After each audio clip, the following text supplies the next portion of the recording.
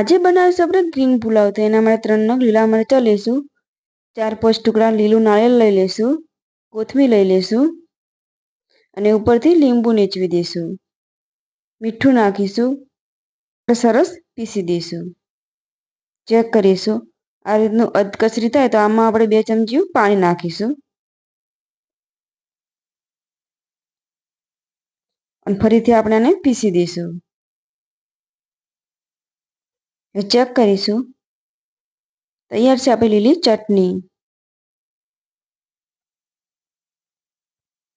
એક વાડકી આપણે બાફેલી પાલક લઈ લઈશું. આને પણ આપણે પીસી દઈશું. આમાં પાણી નહીં નાખી. પાલક આપણી સરસ પીસી ગઈ છે. હવે આપણે 1/2 કપ તેલ લઈ લઈશું.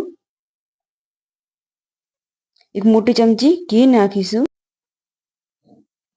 બંને ગરમ થાય તો 1 ચમચી જીરું નાખીશું અને આ રીતે શિમલા મિર્ચ નાખીશું ઊભી શીરો કરીને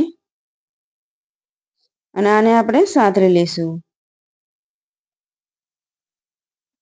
આપણે આમાં મીઠું નાખીશું અને બધું સરસ મિક્સ કરી દઈશું. શિમલા મિર્ચ ચડે તો આમાં આપણે લીલી ચટણી નાખીશું અને બધું સરસ આપણે મિક્સ કરી દઈશું. આ બંને ચડી જાય તો આપણે હવે 1 વાડકી બાફેલા વટાણા લઈ લઈશું. બાફેલા વટાણા ઉમેરી દઈશું. ફણસી ઉમેરીશું બાફેલી અને બધું સરસ આપણે મિક્સ કરી દેવાનું. આ રીતે સરસ મિક્સ કરી દેવાનું.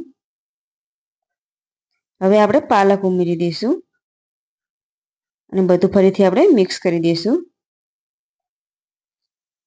આ બધું આપણે ચડવા દઈશું. હવે ગરમ મસાલો ઉમેરીશું.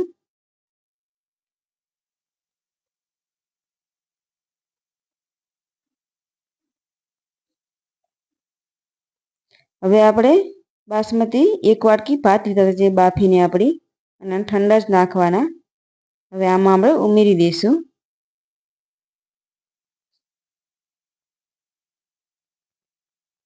અને સરસ આપણે ધીરે ધીરે મિક્સ કરીશું જેથી આપણે ભાત તૂટે ના. આને આપણે વધારે હલાવશું નહીં.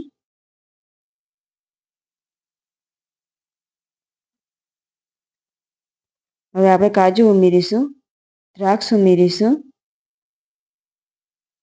અને સરસ આપણે મિક્સ કરી દેવાનું.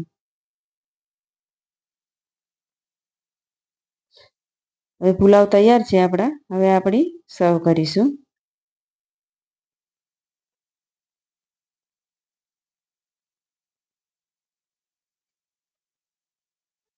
તૈયાર છે આપણા ગ્રીન પુલાવ.